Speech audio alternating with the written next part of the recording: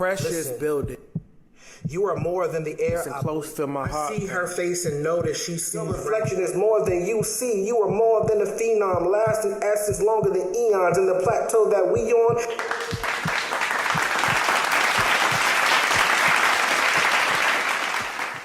Welcome to Poetic Properties podcast. I'm your host, Kamplexx, the poet, author, father, and entrepreneur. Today's episode, it really is about just us as Black people being enough, us as Black men, Black women. I have a few special guests here today. They're going to be off camera. My oldest, Kevin Jr., and my second son, Keanu. I wanted them to be here while I was recording this, so in case they have any questions and that I could answer. Hopefully, you know, if it's questions that I can't answer, you guys will be able to help me out with that. But I just want to start off for me. The first time that I, with my own eyes, recognized that racism exists was during the Rodney King trial. I was 9 years old, and I witnessed that with everybody else. It came on TV, and it was crazy, and I didn't understand it at first. And then the verdict, they went to court, and you know, the cops got found not guilty, and the city went crazy. And I remember at that time just being like, man, like I didn't fully understand why police would get off, but I just understood that there was a hatred for Black people, you know, people of color in general. And so it's crazy to me that May of '92 is when the riot started. May of 2020, we're in another riot, same exact situation, police brutality against another Black man. And it's like, at what point is it enough? At what point is justice gonna be served? At what point am I gonna be able to just walk outside without having any fear towards police or just in general? You know, I have 4 sons that I have to teach them how to survive from police. I have to teach them how to survive, you know, because any wrong movement, any sudden movement, any wrong word, the police will say they feel threatened or whatever the case. I mean, we've seen so many different cases of that. So I wanted my kids to be here because I wanted them to understand why I am the way that I am. I remember during that trial, I remember all the adults like wigging out, just like, I can't believe it, it's on tape, and you know, what more can we do? And then they started like burning LA down, and you know, people was getting beat up. I mean, it was crazy.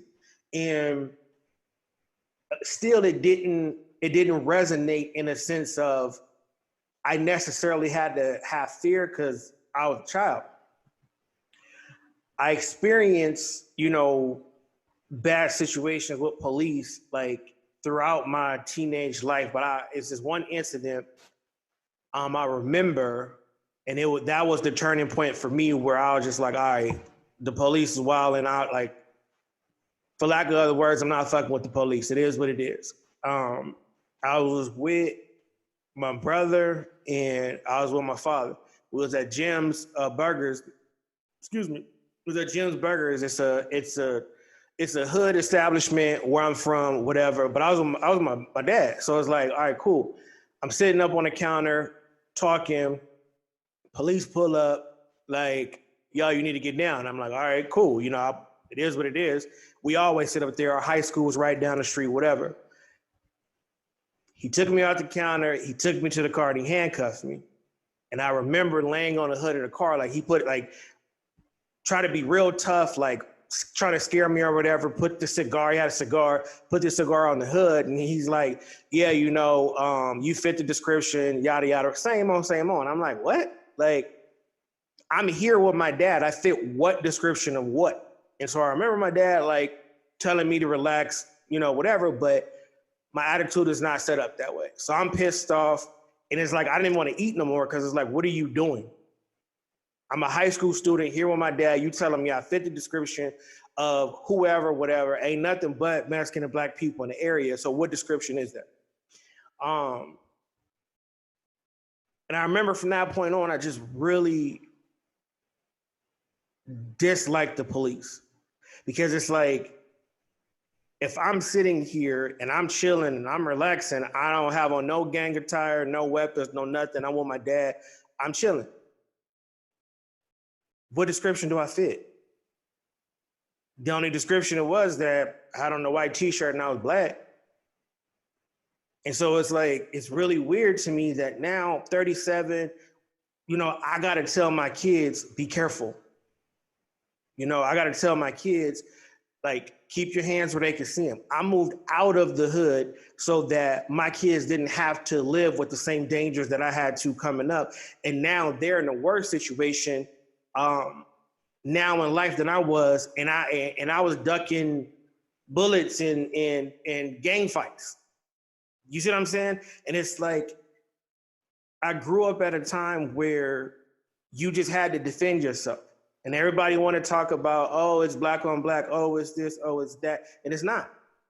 Like, there are statistics that show it's an equal amount of violence towards everybody. And everybody's, oh, why we don't speak up on this? Why we don't speak up on that? And where I come from, everybody's held accountable.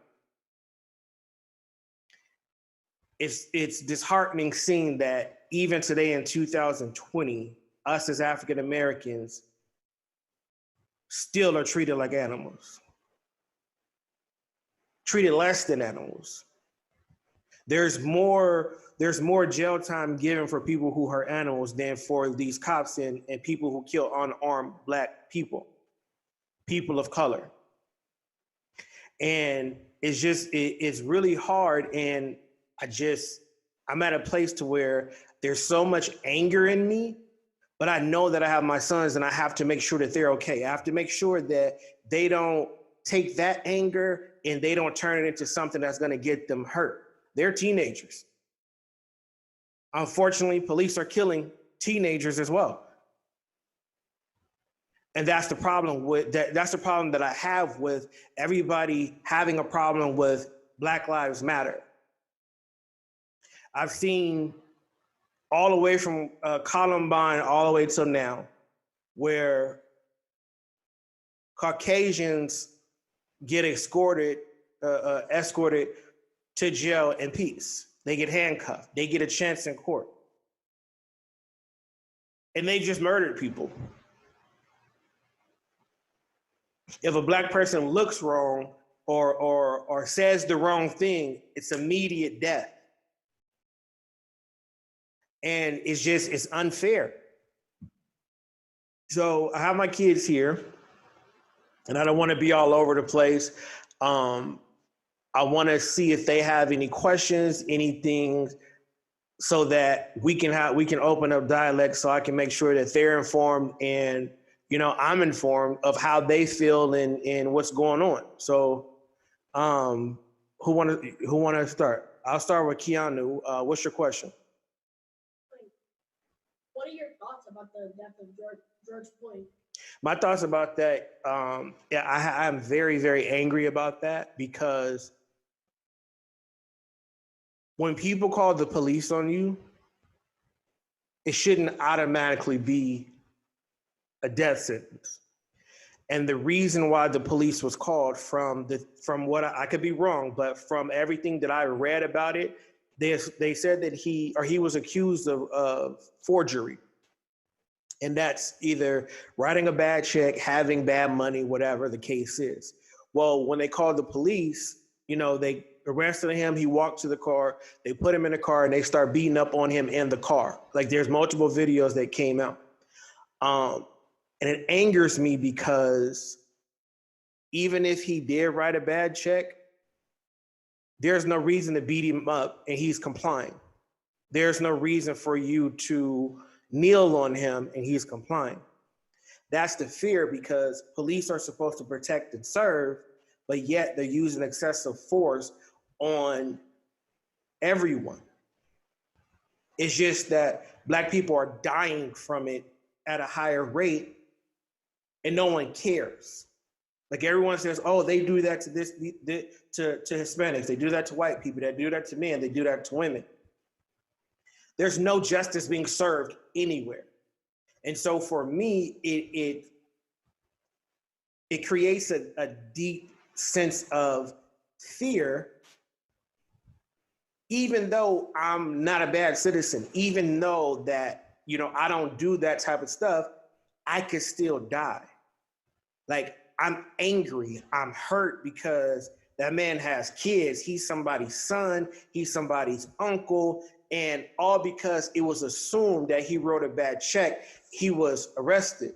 And the thing is, nothing happened to the person who called the police and caused all this.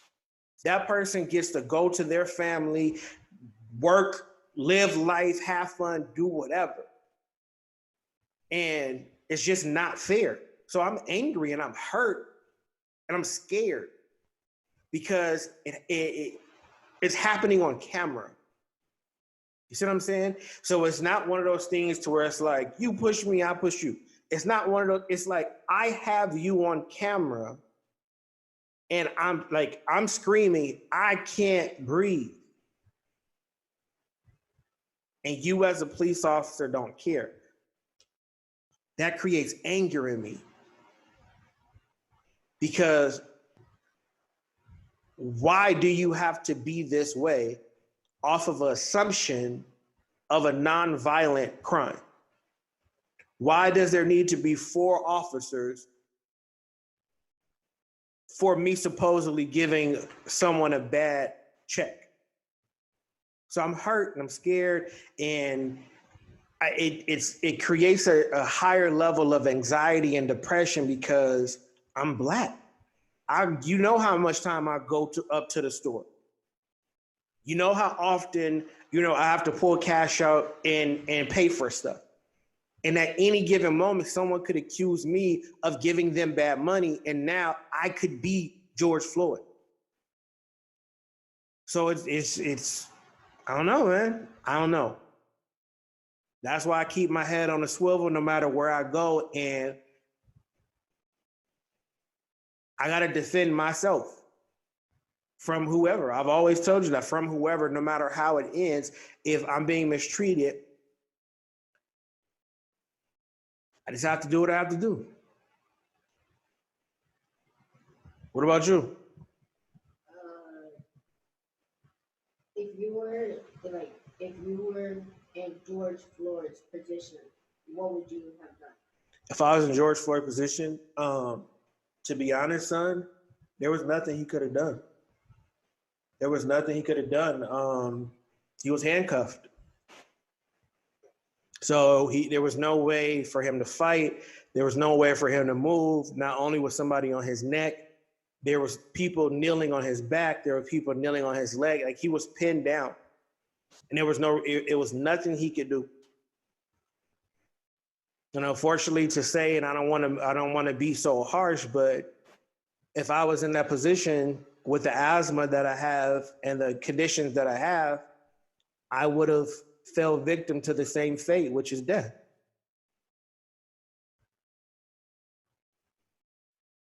And that's the hardest part about it, is no one cares. It's taking the world to riot. It's taking the world to protest. It's taking the world, like, you guys see the timeline that I show you guys. You guys see how they're just walking up and hitting people, and it's protesters with their hands up, and they're trying to say that, oh, the protesters are rioting and violent. They're not showing you who's really starting it. They're not showing you, what's really going on. I showed you that video of how all the news stations are saying the exact same thing, which is opposite of what's really going on.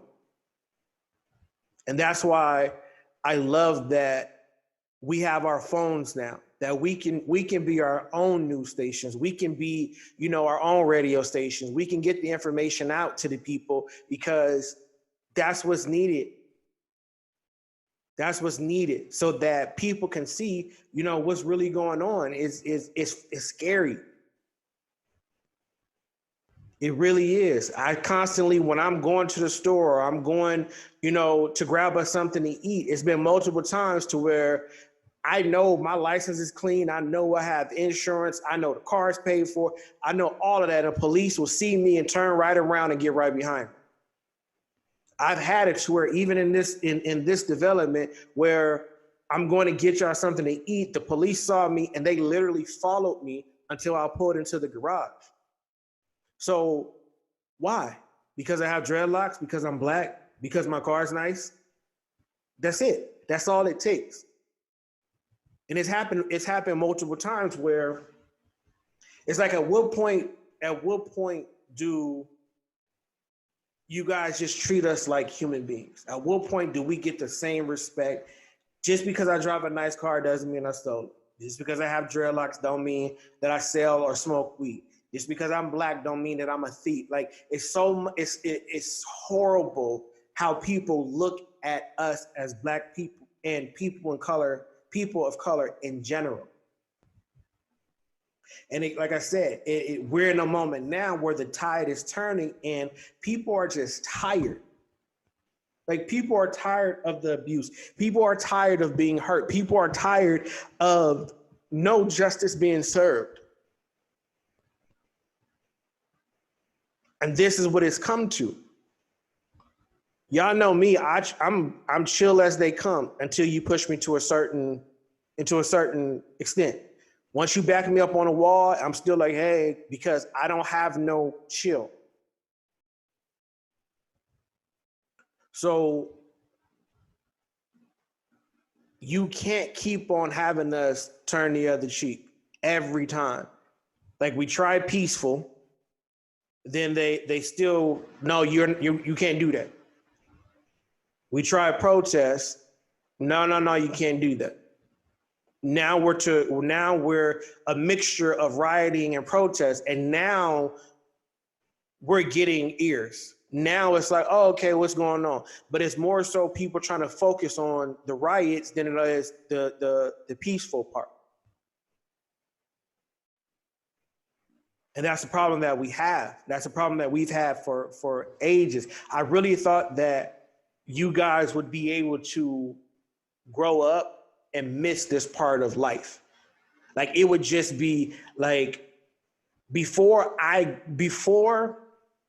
that happened to me when I was when the police had put me off the counter, I was in high school. Before that, I just was like, all right, whatever. I see the police, yada yada, whatever. It is what it is. We was raised not to trust the police regardless, because of where we lived at and how they treated us in general. I just didn't know why. I always thought that you guys would be able to, as you grow up, it would just be like, dang, dad had it bad when he grew up, or dang, Grandma and Poppy said yada yada. And so I cry at night just thinking like, damn, my kids have to go through this. And it's like, I moved you guys here because of what was going on where I was from. And now you guys, in my opinion, now are in more danger in this time, in this era, than I was back then. Because it's different when you beefing with somebody and people after you hanging with people and there's rivalry and how it just is what it is. When you're going to have to fight, when you're going to have to shoot, etc. But when you live in a place where you don't have none of that, and the only opposition that you have is racist officers, that changes the dynamic. So it's nothing that I would have done different. It's nothing I could have done different if I was in George Floyd's situation. I'm angry, I'm hurt, I'm scared, but I'm a fighter. And I'm gonna defend y'all to the end. I'm gonna teach y'all how y'all gotta get through life, how you have to maneuver through the streets, and not the streets like y'all gangsters or nothing like that, but just maneuver through life. And that's my job. And it's just hard because every time I cut on the TV, every time, I get on social media, all I'm seeing is more and more police brutality, and there's no consequence. Like, so basically, you're telling me that a police officer could just shoot me because he wants to, and I'm supposed to just be like, all right, cool. They can beat me if they want to, no matter if I'm laying on the ground, hands up, walking, not even speaking to them. Like, they can find whatever reason, and it's just been no justice. It's just been no justice. And I think that that's the hardest part for me in trying to get you guys to understand when I'm telling you guys, yo, this is how you got to do this. Like, when you're talking to other people, this is how you got to move. Make sure you look people in their eyes. Make sure when you shake their hand, do this. Make sure, if you in a crowd that jump, y'all get back to back and y'all fight your way out and get back home. Because you never know what's going to happen. And it's like, that's my fear, is that out here, it's not many black people.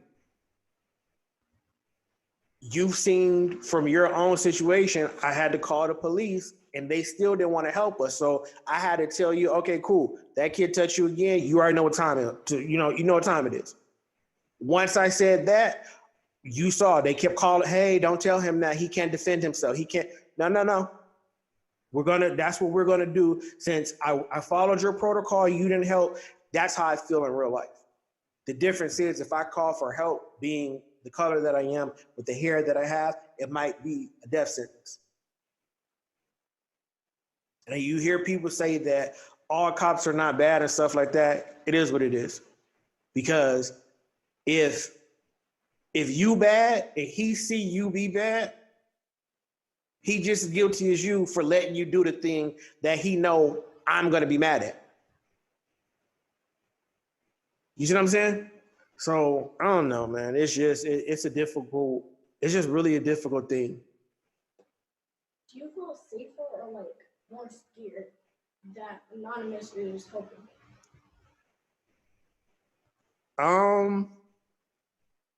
I'm not scared. Anonymous has been around for a while. And Anonymous comes and I don't know if it's a he or a she. I don't know if it's a group. I'm just being honest. But I do know when they come around, they drop information for the people they release private information to the people, from what I understand, that we should know, but higher ups try to hide from us. So Anonymous, in my opinion, I could be wrong, but from what I've ever seen from Anonymous, it wasn't bad. It was just exposing the truth to the people. So I don't necessarily know if I feel safer. I'm not scared. I don't think that they've done anything wrong. I mean, that's just my opinion, though. I feel like them releasing the information that they have to the people is good for the people to know. Because it's like, why shouldn't we know that? Like, we should, just like the government knows everything about us, our cell phone number, they listen to our phone call, stuff like that. So when you go to certain places, just with a fingerprint or just with a copy of your ID, they know everything about you. We should be able to know everything about people that are in power, whether it's good or bad. We should be able to make the decisions by having all the facts. And that's, in my opinion, that's what Anonymous has done by coming out and releasing whatever information the group has been doing. I don't see nothing wrong with it. Do you think that when they release the information, that the government is really going to care about it? They're just going to keep on going on. Anonymous doesn't release it for the government. The Anonymous, from what I gather, releases information for us to have so that we can make better decisions, in hopes that the people who are clouded by the facade of who people are, it's the hopes that they'll see that information, go through it, research it for themselves, gain a better opinion on the situation that we're in life and in the world. Do you think, like, the government, like, because we haven't heard from the government at all ever since George Floyd died, do you think the government really cares? No, they don't. And that's my opinion. It's my opinion because it took like the whole country. So all 50 states are protesting right now, and then 18 different countries are protesting. Like, it's a big deal now. That's the only reason why the government is moving to the point to where they finally arrested all the officers and stuff like that. But typically, we're not shown much care. And I'm not going to say the government as a whole doesn't care, but I'm just saying it's just for Black people and people of color, we haven't been shown that the government cares. And that's the big problem. And it's like, caring is having equal rights, is having equal opportunities to just be successful, to honestly, to be left alone. Like, we should be able to go outside and to the park and chill without nobody bothering us. We should be able to cook without nobody bothering us. We should be able to jog without nobody bothering us. But because of the color of our skin, for whatever reason, we're a threat. And it just doesn't make no sense.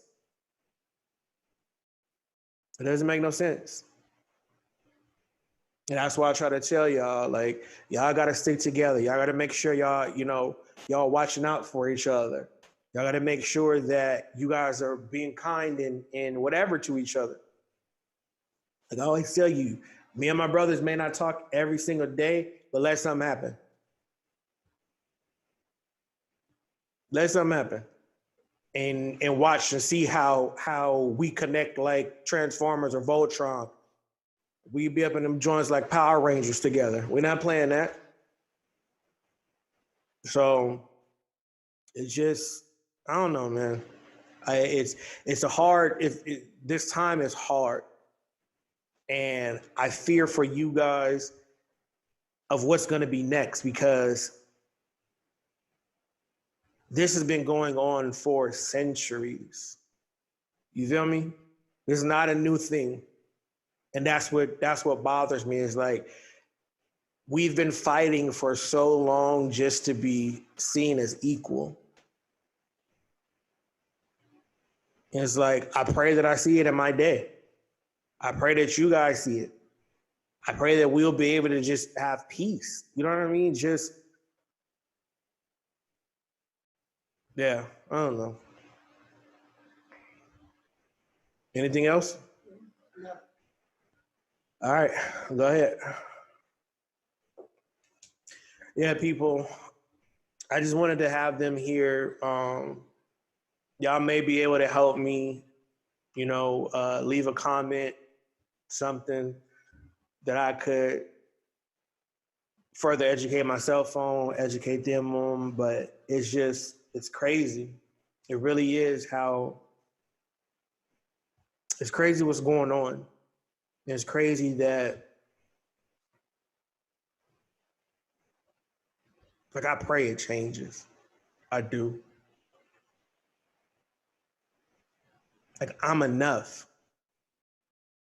You feel me?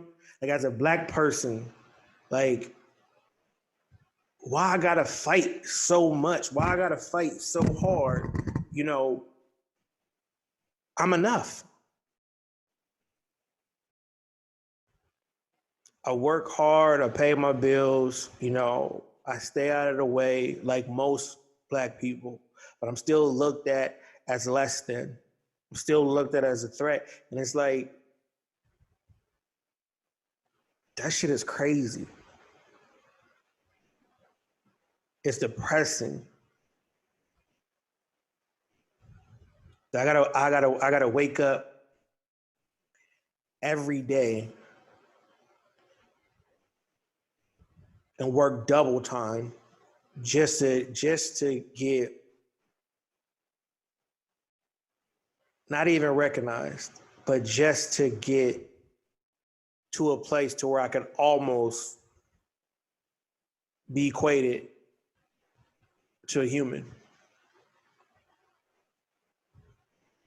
Like, I am enough. You are enough. black men, you are enough. Like, enough. We got to stop letting people take our value away.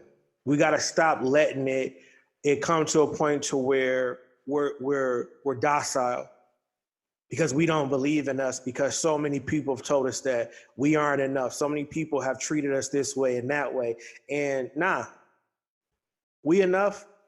Straight up, we enough. Whatever you do, whether you school, whether you go to school, whether you working, whether you're an entrepreneur, whether you are into the arts or music, you are enough. Don't let nobody take that from you. Your blackness is beautiful. Period. Like, we gonna get through it, and either we gonna get respect or we gonna take respect. But enough is enough. We gotta start believing in ourselves. We gotta start believing in each other. And not that fake, oh, yeah, that's what's up for the moment. I mean, like, truly believing in one another, truly supporting one another. It don't take nothing but, congratulations, a good job, a retweet, a like. It don't take much to show support. It's not always money. Hell, it's not even always time. But we got to start believing in us because nobody else does. Nobody. As you can tell what's going on right now in the world, like, nobody believes in us. Like, everybody that's fighting with us is in the same position. And we all fighting just to get treated equal. We all fighting just for us to get the same chances. Just for like really think about this. We fighting, one, to not get killed, right? And then we're fighting for, if we do get killed, for the person who killed us to be held accountable. You know how crazy that sounds? Like, I've seen so much hatred towards Black Lives Matter.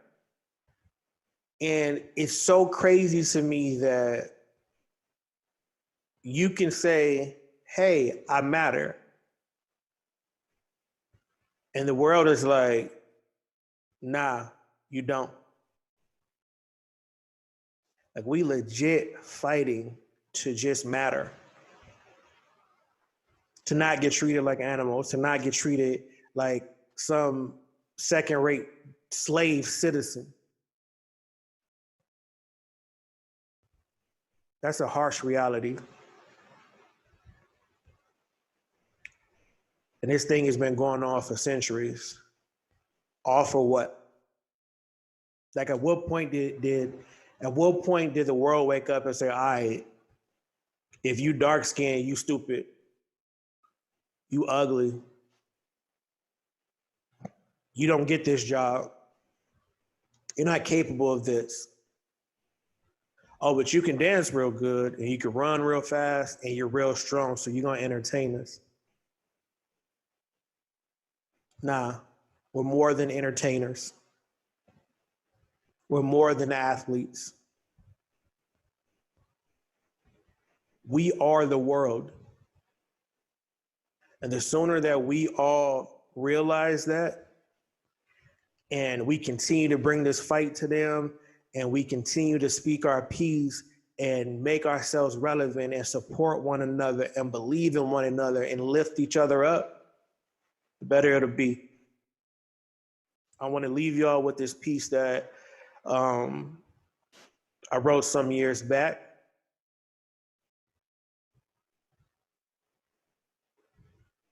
Yeah, thank you for tuning in. I'm just at a loss for words. The episodes will get better over time. I didn't mean to do two serious ones in a row. I really want to get into, the poetry and stuff like that. So I'm going to leave you with this piece that I wrote a couple years ago. I am happy to join with you today in what will go down in history as the greatest demonstration for freedom in the history of our nation.